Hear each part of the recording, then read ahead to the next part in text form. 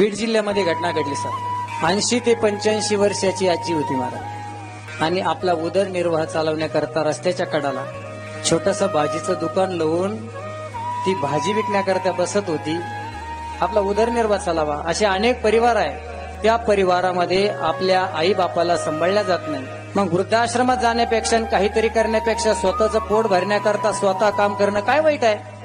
म्हणून त्या आजीनं रस्त्याच्या कडाला भाजीचं दुकान लावलं आणि आपलं पोट भरण्याकरता भाजी विकून उदरनिर्वाह करावा हा त्या आजीचा सरळ आणि स्वज्वर विचार असावा. परंतु शासनाच्या काही लोकांनी डायरेक्ट कचरा कुंडीत भरलं. भाजीपाला उचलून टाकला यात नवल नाही महाराज. तिला 2 घास खाण्याकरता जो डबा आणला होता, भाकरी बांधून आणली होती, ती भाकरीचं गठुडं सुद्धा केराच्या डब्यामध्ये टाकलं, त्या गाडीमध्ये टाकलं. याच्याही पुढे सांगतो, तिनं 4 रुपये जे कमवले होते, जे पैसे तिच्या त्या पिशीमध्ये होते ना महाराज, ती पिशी सुद्धा उचलून त्यांनी त्या कचरा गाडीमध्ये टाकली होती. याच्यापेक्षा काय वाईट कर्म असावं महाराज. याच्यापेक्षा वाईट कर्म नाही महाराज. माणुसकीला काळीमा फासणारी गोष्ट आहे.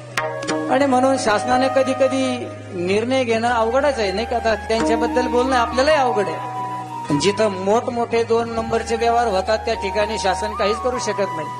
आणि इकडे रोडवरती भाजी विकणारी आजी पोट भरण्याकरता भाजी विकती, तिला शासनाचं ते काम सहन झालं नाही महाराज.